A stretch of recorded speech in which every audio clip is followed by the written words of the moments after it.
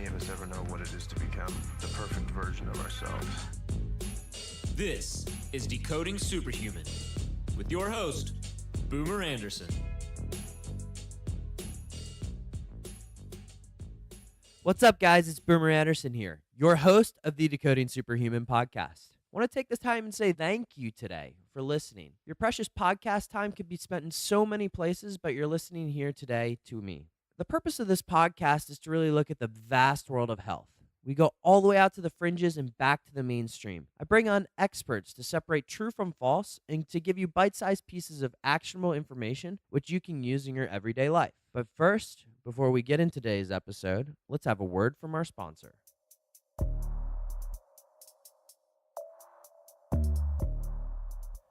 This podcast is brought to you by Thrive. If you've been following the quantified self space for a while now, you're familiar with microbiome testing. As a community, and by community I mean world, we're becoming increasingly aware about the links between our gut and our overall health. Frankly, this is what brought me to microbiome testing in the first place. Like so many of you, I grew up in a family full of antibiotics, and I traveled and lived abroad extensively. I found my gut, after a while, to be the equivalent of a desert wasteland. To optimize my whole biosphere, I began to focus on my gut. In the eternal words of management consultant Peter Drucker, what gets measured gets managed. I began testing my gut microbiome. There are a lot of options out there, but I chose to use Thrive most often. Why? Well, mainly accuracy is a big thing for me, but also the process behind the test. Not only do I get the information about the bacteria in my gut, but Thrive includes the scientific research behind each of the test findings. This is extremely important to people like me. Based on the test, Thrive also creates custom probiotics which are delivered refrigerated to your door. I emphasize that refrigerated part. We've had the founder, Richard Lynn, on the podcast, so if you want to learn more, I suggest you start with that episode. Or you can go straight to Thrive Inside, that's THRYVE, inside, INSIDE.com, and you can use the code DE Superhuman 15 for a 15% discount on your first order.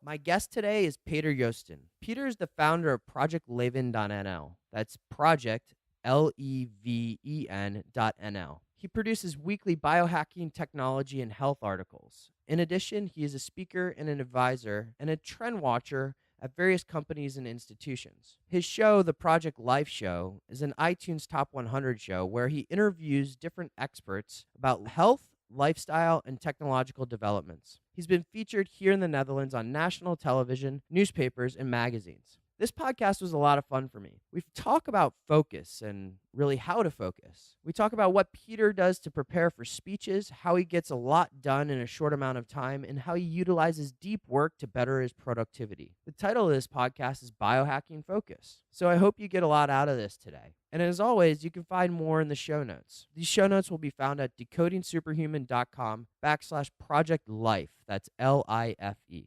Thank you again for listening and enjoy the show.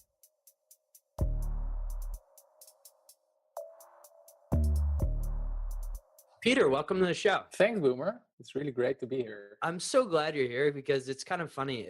Just before we get started with all these questions that I have for you today, I think I want to share with everybody just sort of how we met, because I've heard of the legend of Peter for a very long time from, Dan Guter, who, of course, is a guest on the podcast every once in a while and just sort of works with me on occasion.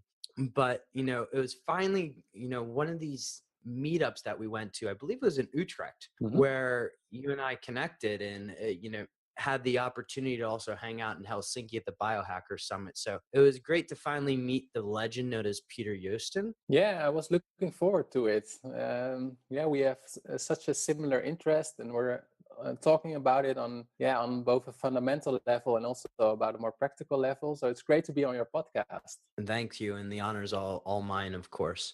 But let's kick things off with something you told me about. Can you talk a little bit about the chip that's in your arm and why you decided to get it? Yeah, that's a great question. I have a chip in my hand, in my left hand.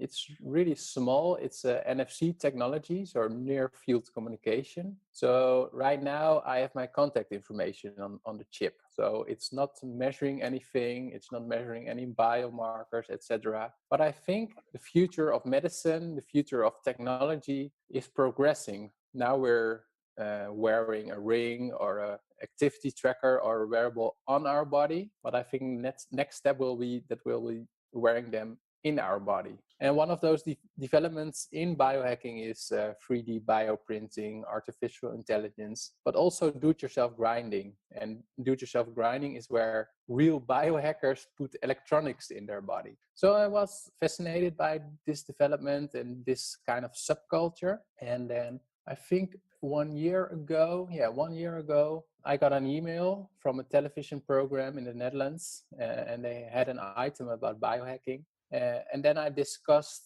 with the reporter what we could do. And I did so. Well, we can do some ice plunge or drink bulletproof coffee and other things. And then I said, well, I'm a little bit in doubt if I should have a chip implant. And then they said, wow, this is awesome television. Let's do that. So I was on national television. You can also see the footage in which I get an NFC chip implant in my hand. So this was rather nice.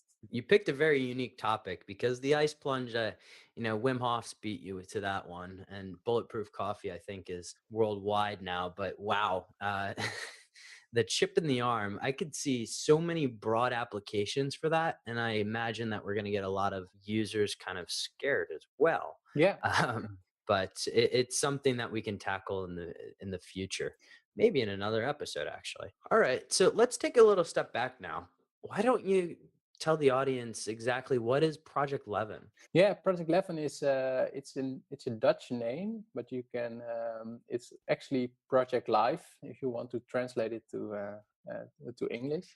And it all started about 4.5 years ago.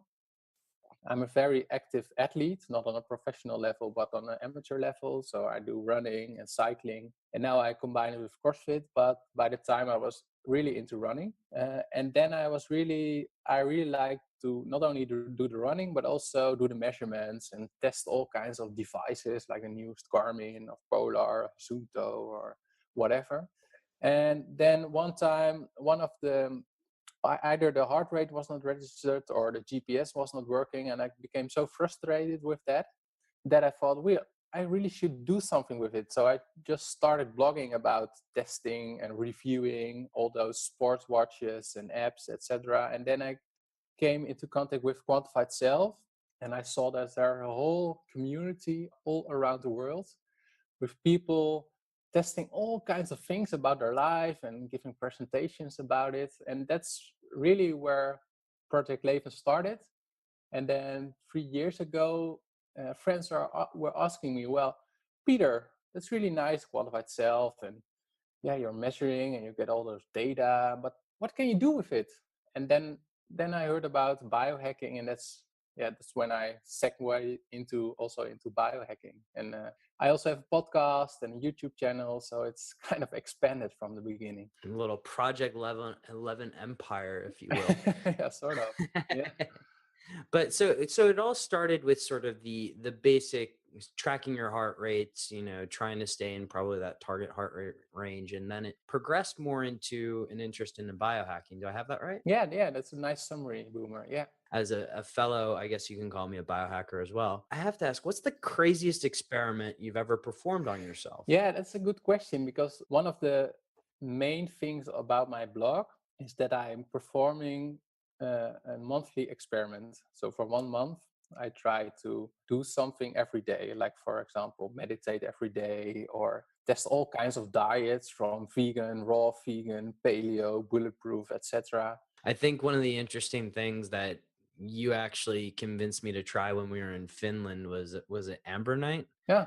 And I guess for the Americans out there, this is the equivalent of Soylent, because you live for an entire month just on that drink, right? Yeah, true. Yeah.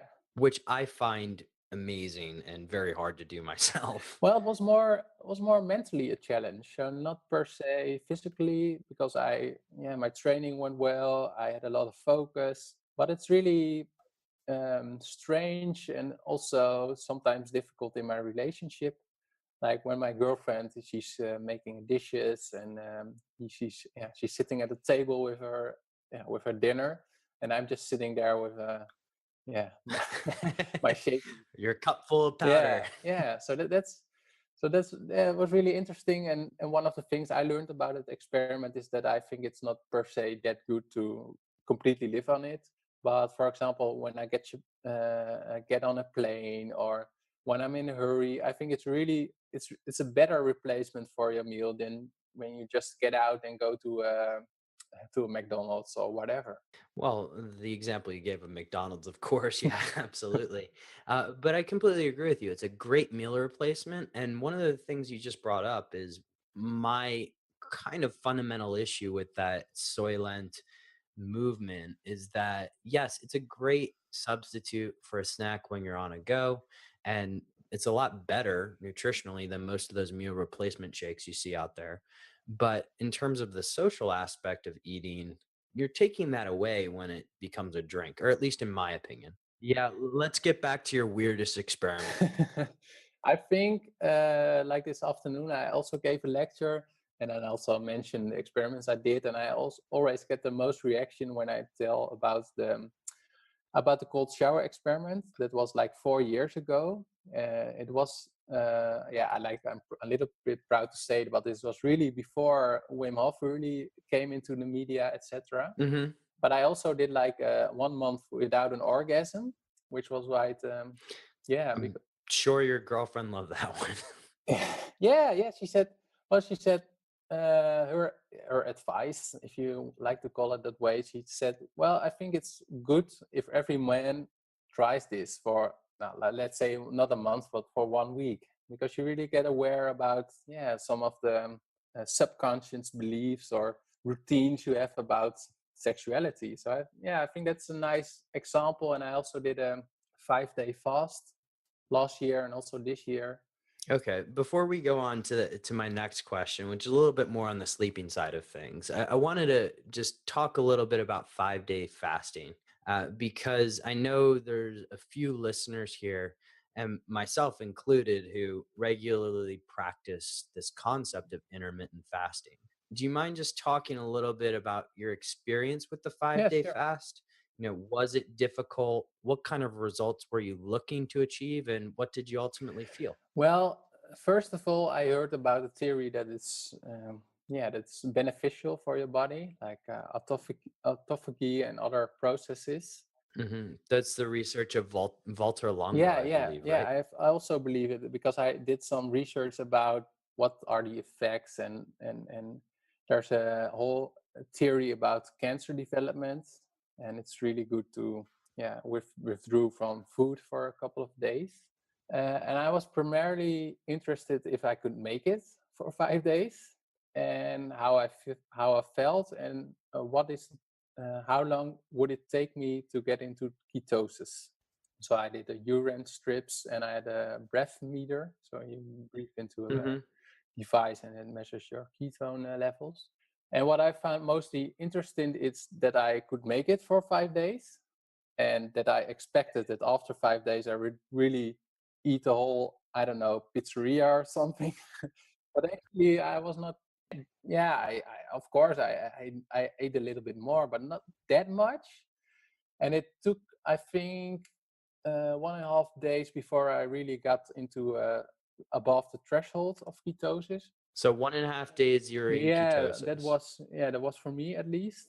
And that was also about the most difficult time of the experiment. So after 1.5 days, 2 days, when I got past that, like day 3 and 4 are comparably more easier than the first two. And then on the fifth day, I was like, okay, I'm near the finish line. I want to eat again. And I also noticed that it's good. During my first experiment, I had some obligations, so I had to give a talk somewhere, and I think that's not a good combination. So you really should withdraw yourself from any lectures or sport events or etc.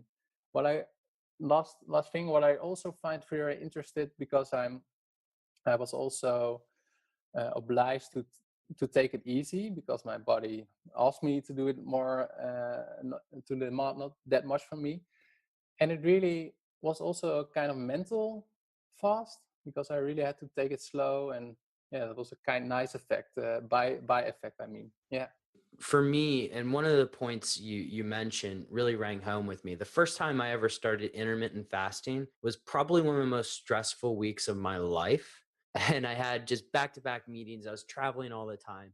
And just for people out there, and maybe I wonder if you agree with this, Peter, is starting fasting in the middle of a very stressful period only can make it more stressful. It's probably best for a lot of people to start it in a little bit of a more relaxed period. yeah, yeah. That's definitely my advice. I think it's good. I think it's not necessarily that you start with 5 day fast from nowhere. Yeah. Start. Yeah, 5-day fasts aren't for everyone. Like, No, you build up to that one. no, you really should start with like skipping breakfast, and then skipping breakfast and lunch, and then do a whole day, and maybe 1.5 days. And then after time, when you schedule it in your agenda, so you don't have any lectures, sports, or meetings, etc., you can do a 5 day fast. Yeah. Okay, let's segue over into a topic that is near and dear to my heart. It's how to balance sleep and productivity. And one of my favorite articles on your website is about lucid dreaming. Do you mind just giving the audience a little bit of an overview? Because we have a lot of hard driving people here that listen to this. And well, like a lot of hard driving people, we struggle sometimes with sort of the utility of sleep. And one of the ways that you can still get things done while you're sleeping is lucid Yeah. dreaming. Do you mind just touching a little bit on lucid dreaming and, what it is and how people may want to Yeah, toy yeah, with it? sure. Yeah, lucid dreaming was also one experiment I did. This was a monthly experiment in which I try how can I actually do lucid dreaming. And lucid dreaming is when you sleep, but during your sleep you dream, and during your dream you are aware that you're dreaming, so you can actively do things in your dream. So you can fly or go to another country in your dream, or practice your lecture, or doing some training mentally. So it's really effective to make more use of your sleeping time. I find it difficult to reach, because, but you have some tips or some advice to help you get into lucid dreaming. And one of the things is to be aware during the day if you are awake or asleep, because when you get into the routine of thinking it during the day, hey Peter, am I awake or am I asleep? Then you also will do it when you're dreaming. And when you're dreaming and you're thinking, oh, am I awake or am I dreaming? Then it can be the point in which you think, oh wow, I'm dreaming, and now I can do things in my dream. So that's important. And also, when you go to sleep, you should start with an intention, like, okay, this night I want to do lucid dreaming. So you really get into, it's more a mindset thing, I think, Mm-hmm. to get into the lucid dreaming. And you can help it a little bit with some supplements. So I tried for myself Huperzine A and melatonin. And for Okay. me, Huperzine A was more effective than melatonin. But also one of the things I found out is, at least when I got into lucid dreaming, is when you have a relatively long night. So when you really have, it's in the last part of my sleep in a long night, and I get into lucid dreaming. So it takes some practice, but it's really a cool technique, I think. So I have a question for you, because lucid dreaming is one of those things that I've tried to experiment with. I didn't do the full month like you did, which it sounds like I need to do. But I've heard strategies from everything to forcing yourself to wake up in the middle of the night and then go back to sleep, to avidly journaling as soon as you wake up in the morning. Do you employ any of those strategies? And if so, I guess if you're waking up in the middle of the night, does it affect your day the next day? Because you can interrupt a sleep cycle, right? Yeah, yeah. I think it's where you have to weigh things off, because I also tried those things, the strategies you told. Like for example, when you have set your alarm about 6 hours after you go to sleep. And that's one of the things I did not find very convenient. Just like when you told when you said it's also has a you also want to have a good night of sleep, and it's not But the other thing I also do, like when I wake up, I immediately write down what I was dreaming. So that's also one of the things, because then you get aware of your dreams, and that's the first step to go into lucid dreaming. So one of the two strategies I actively pursue. Yeah. Peter, do you mind sharing with us just sort of your top strategies for increasing focus? Yeah, sure. And it's funny that you asked the question, because this last week I was in the Dutch version of Men's Health about, and not on the cover, but it was an article about nootropics. Hmm. So I find nootropics really fascinating. Oh, we can talk for days about nootropics. Maybe we should do another time. Yeah, if you come over, the basket below me is full of those kind of things, but we can talk about that's probably another episode in itself. Yeah, I think so. The main problem with nootropics is that people think it's a silver bullet. So I think the fundamentals should be in place. So like you have to care about your food, you have to do regular movement during the day. Like for example, I think you are standing right now. I'm also standing. Yeah, Just to Kelly Starrett once told me your best move is your next move. So keep on moving. absolutely. Do my burpees every couple of minutes and Ah, keep going. awesome. And the same with breathing, like a good belly breath or diaphragma breathing. Like these things and a good night of sleep should be in place before you get into nootropics. So I think that's really fundamental, but I think it's really important to stress. Do you mind real quick before we talk? We're talking about the base of the pyramid, right? And one of the things you mentioned is breathing. I have an article on our website about breathing, but diaphragmatic breathing is something that people I find maybe don't understand or don't realize that they're doing Mhm. wrong. Do you mind just walking through what a proper breath would actually look like to those listening? Yeah, I think um, breathing is really interesting because you do it every day, all day, continuously. But Well, hopefully, otherwise you have a problem. yeah, that's true. But you really have, and I think at the Biohacker Summit, Casper van der Meulen also gave a great talk about it, because he told if you're not aware or in a stressful situation, you breathe high into your chest, but you actually have a muscle, the diaphragma, and it's right below your what's the name again? It's right by your rib cage, right? Yeah, So yeah, and it's a good way for people. I think not if you're driving, but when you're listening to this podcast while you're walking or something, just to get your hands not only in the front of your diaphragm, but also at the same position at the back. But if you have a proper breathing, you should also feel it extract at the back. So you're really using the full muscle, the diaphragma muscle, to suck in all the air to transport it to your organs and to the rest of your body. we, particularly in the West and sometimes in American societies in particular, we don't really focus on our breathing that much. And it's a very simple way to reset your nervous system when we're all so hard driving, hard going all the time, and we're constantly activating the sympathetic nervous system. Well, sometimes you need to shut it off. Now, whether that's before bed or you're ready to give a big speech, really focusing on that breath, it does matter. And hopefully everybody reverts to a diaphragmatic breath at some Yeah, point. that's really good what you're saying, because I used to think that your breathing reacts to your current state. Like when I'm stressed, I'm breathing like this. When I'm relaxed, I'm breathing like this. But you can also use it the other way around. It's not a one-way street. You can also use like I told you about the lecture I gave this afternoon. I also, before I went on stage, it's always a little scary. I've really focused on my breath to get myself into a more relaxed and focused state of mind. We diverted again. And we were talking about that base of the pyramid in terms of getting focus right. And you touched on breathing, sleeping, nutrition. Did you want to start to keep building that pyramid?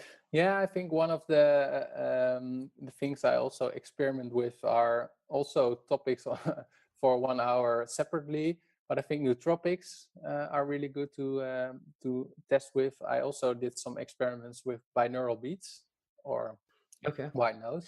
Do you mind just explaining to the audience what binaural beats are? Yeah, binaural beats, they're not fully scientifically studied, or but the fundamental is that you have a kind of frequency in your left ear and another frequency in your right ear, and the difference between frequencies is also stimulates a certain kind of brainwave. So you can use binaural beats.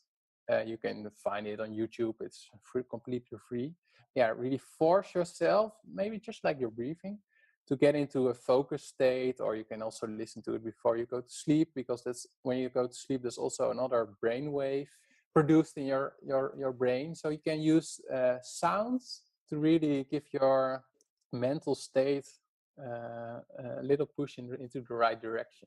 On the nootropic side, any particular favorites? Well, I'm mostly using brands that are available on the Dutch market. Okay. And for me, it kind of depends on my day. So I have a nootropic which I use when just doing my regular podcast interviews, or writing articles, or etc. And I also have some nootropics which I use when I have to give a lecture.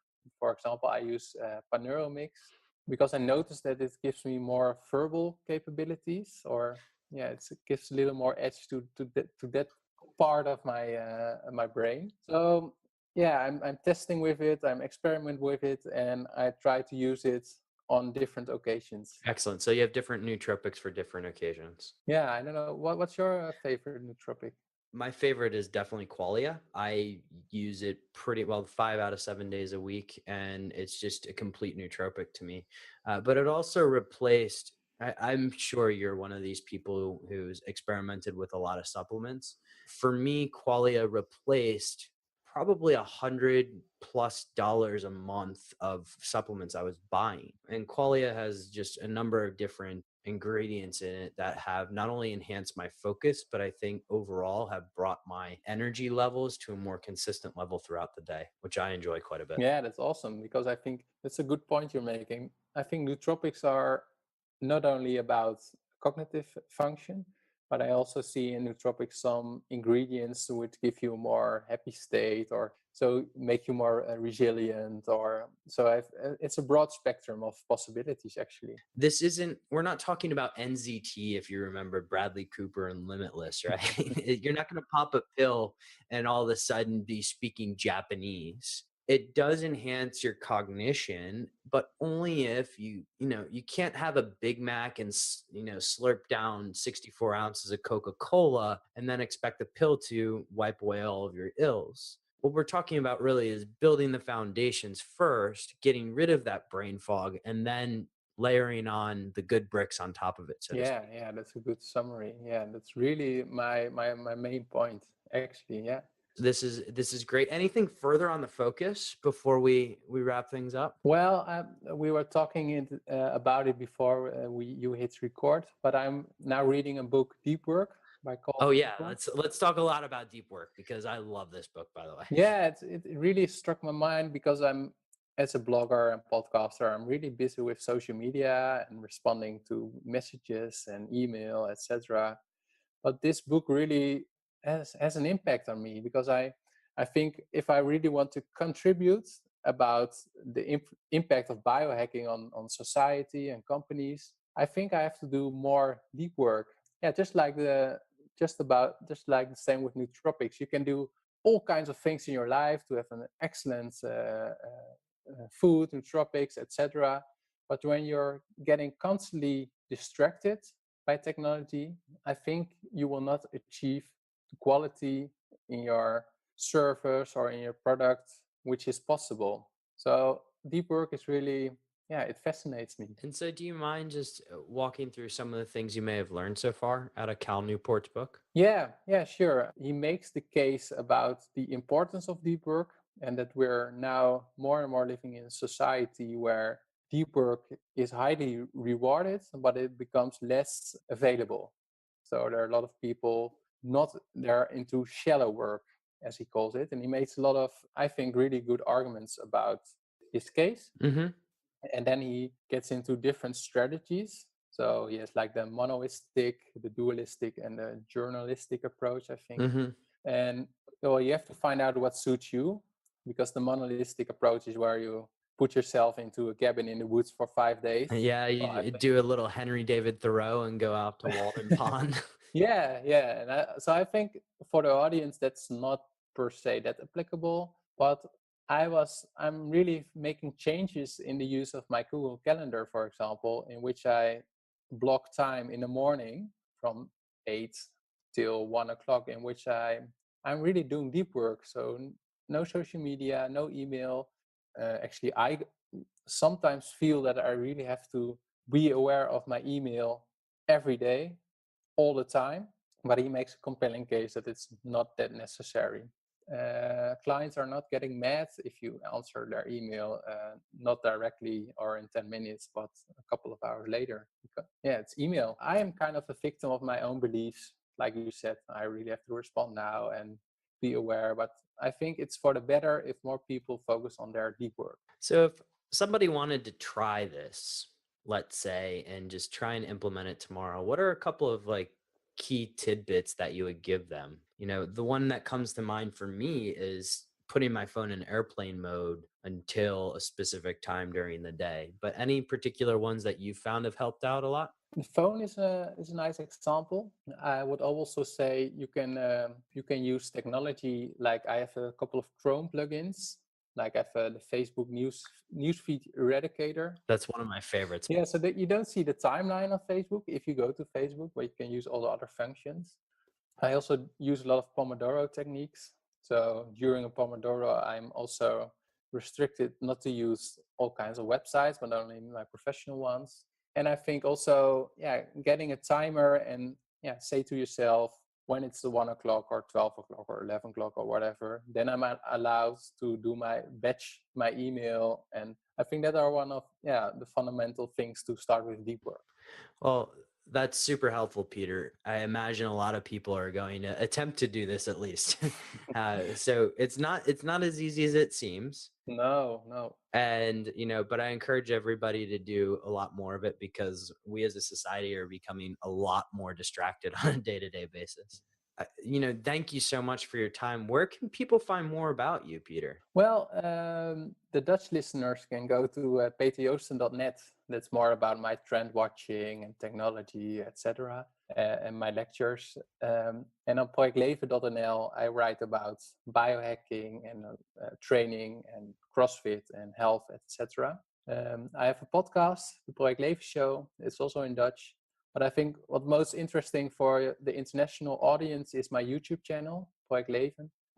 And you can see interviews I did, for example, with Rhonda Patrick, with you, with Bob Troya, with Livio Babic, who has a electronic compass in his body. I also did an interview with Timur Arina, Ben Greenfield. So my YouTube channel is like the international biohacking YouTube channel. So awesome. And we'll link to all of this stuff in the show notes. So Peter, thanks again for coming on the show. It's been a fantastic couple of months getting to know you, and I look forward to further conversations with you. Maybe we'll have you back on one of these days to talk a little bit more about nootropics. Yeah, that would be nice. And I think we see each other again during one of the meetups in Utrecht or Amsterdam or somewhere else. So I'm sure we'll cross paths a lot. Yeah. Awesome. Well, you have yourself an awesome day, Peter. I appreciate it. You too, Boomer. Thanks for having me on.